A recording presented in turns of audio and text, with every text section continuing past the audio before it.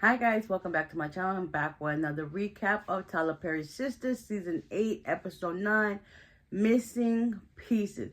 Now I know I left out some stuff that happened last episode, but we're back with it. So, Fatima is teaching Andy how to fight because she basically is losing her mind and she not defending herself. Like, she needs to step up, like, get it together, sis. You randomly getting slapped by people. Nah, you gotta put them dukes out. So she basically teaching her how to do her stance and how to like hold her hand so protect your face, because somebody coming, they're gonna knock you out, and learn how to slip jab and like move your body, shift your weight so that you could defend yourself. So she getting it, but she not getting it. So eventually, while Fatima's still there, Andy gets a phone call. It's Jordan talking about, I guess, how he wanted to see Penelope. He need help, and he want her to help. So meanwhile, Jordan and Penelope, they're still sitting in the hospital garage, and come to find out, Penelope, she stabbed Gary. Like, she really don't remember what happened much that day. All she knows is that while she was in protective custody, Agent Watts sent her to the doctor under a different alias, and the doctor prescribed her heavy sleeping pills. So if you were prescribed heavy sleeping pills, wouldn't you would have knocked out sleep? But supposedly she had insomnia. Guess she ain't never slept, and she ended up following Gary on the day of the wedding to the banquet hall. But it's like, her story is not adding up, and it's like, how coincidental the day of the stabbing you ain't take your pills, because if you take a sleeping pill, you're knocked out cold. So I guess she's trying to go for this insanity plea, like she don't remember what's happening and how she kept blacking out. But if y'all remember, all them times she was in protective custody, wasn't she talking to Andy coherently? Like, she was not talking about how she was blacking out doing this. And she was like, don't tell Jordan where I'm at. But at the same time, you now flipping the script as if you were insane and you don't know what's going on. You be having these blackout episodes. You don't know how you got from point A to point B. I don't know. She's trying to save face. We gonna see how this unfolds. But whatever. It's crazy how we find all this stuff out faster than we just finding out when Karen's giving birth. You know how long it took for her to change her outfit? Like, she was rocking that black dress for what? A whole season. But anyway, let's get back to it too. Let's get back into it. So, okay, Penelope, we now know that Penelope is the one who stabbed Gary, and supposedly Penelope don't remember that Jordan is the one who found her walking around incoherently with blood on her hand. And she was like, oh my God, that was Gary's blood. And she started having a nervous breakdown, started grunting like crazy, like, oh, her and Jordan was trying to get on my nerves. Like, them two should have been a freaking couple, regardless, they're brother and sister. Because it's like, how y'all flipped the script on Andy, but y'all was just lovey-dovey in her face a couple of episodes ago. But anyway, I digress. Moving right along. So now Jordan and Penelope supposed to be showing up at Andy's house, I guess, work some things out. Fatima went to go get ready to go to work, even though she wanted to stay. But Andy was like, nah, go get some work done. Okay. Moving right along. Oh, Hayden's outside. I guess him and his boy done went, like, to work out or whatever the case would be. And just so happens, Zach followed Hayden to where his whereabouts was. And he realized and he heard that Hayden might be a new suspect, that he heard that his girl and his homeboy, which is Gary, done had a video together, and he was just like, oh, he found out the tea. He already got in his car and skirt. Oh yes. So meanwhile, Fatima gets back to the job, and gets her work and stuff done. She sees Hayden just walk in, and Zach is calling her too, like, I got some information to tell you later on, whatever the case would be. Meanwhile, Robin calls Hayden into the conference room, and he basically tells her, like, tells him, I know I called him her, but whatever. he basically tells Hayden, like, listen, I heard you been slandering Andy's name. She's not here to defend herself. And he was like, yeah, I apologize, but yeah, she's not here, so you can't even tell it to her face. But that's neither here nor there. Forget all the pettiness. Oh, and leave Fatima alone. Like, step off of her back. Like, you own it. He was just like, okay, because, you know, this is your last chance. I done gave you chance after chance, and you lucky you got this. Now you basically parading around like, you big shot and all this other stuff. Other words, I digress. But anyways, you know, he basically put Hayden in his place, and we gonna see how that unfolds. If not, he gonna be finding another job working in car commercials. Like, we gonna see what's really up with what's really up with Robin. Like, that was just too easy, whatever the case may be. But anyways, Sabrina, she's at work or whatever the case may be. She calls the doctor to see if they put in the samples in for Rich's sperm or whatever. Meanwhile, Maurice is standing at the door. There's some customers trying to get him to work, and he's like, go on somewhere. So he basically overhears Sabrina's conversation, and after she gets off the phone, because they trying to put a rush on things, he was like, I'm tired of you talking about this sperm and eggs and stuff like that. He's like, we need to hang out. Like, let's see if we can do lunch. Me and Grayson go out with you and Rich.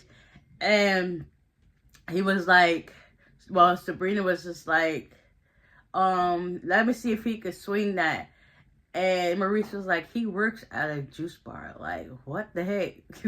Like, and then Sabrina was like, go call Grayson. And he was like, go call Juice Box. I was like, oh my God.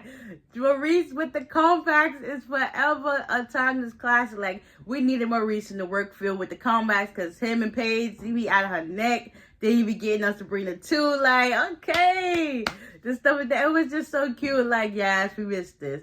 Meanwhile, ooh, my glasses is kind of blurry, but anyways. Meanwhile, Danny is at work. And one of her co-workers, Leonard, is mad that, you know, that supposedly she slept her way to the top with Tony. We already know how that goes. But anyways, and he realized he's more qualified, and he didn't get the chance to get the position. So now he's mad. He's going back and forth with her. Next, you know, it got to the point where Danny walks over to where he's at.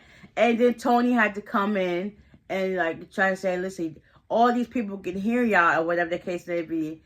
And Tony got him together, like, listen, yeah, I'm gonna handle you. I can handle you too, Miss King. And then Danny's standing there mocking him behind, yeah, because he started studying because he didn't have nothing to say, Leonard.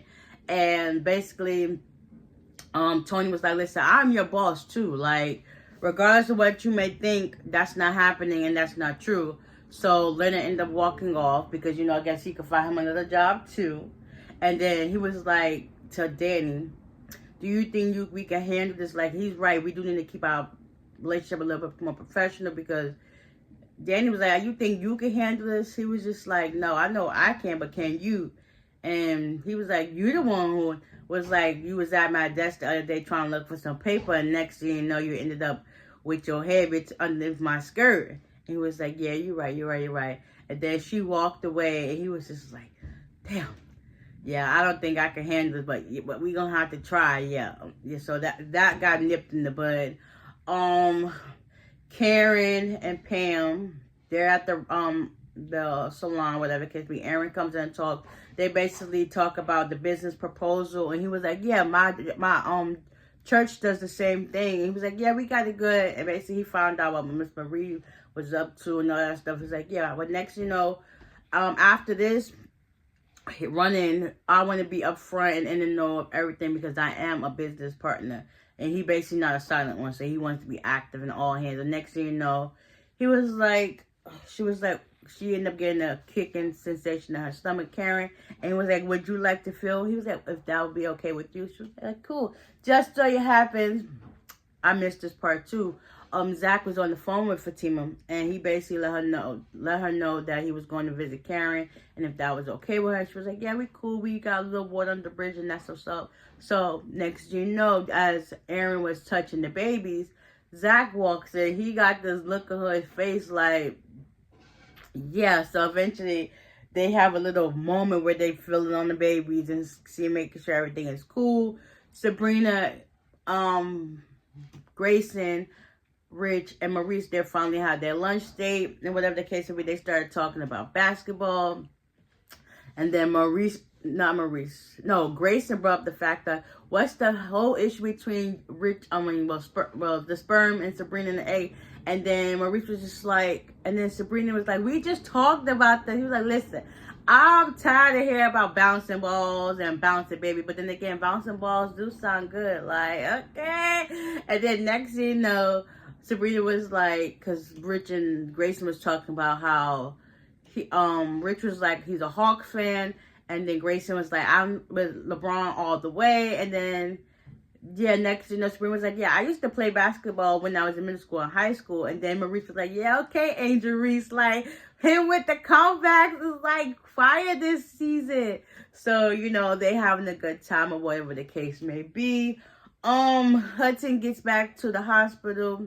He paging Dr. Leeds to see what's happening. Gary basically has temporary amnesia, and he basically put Hudson in his place, told me to leave.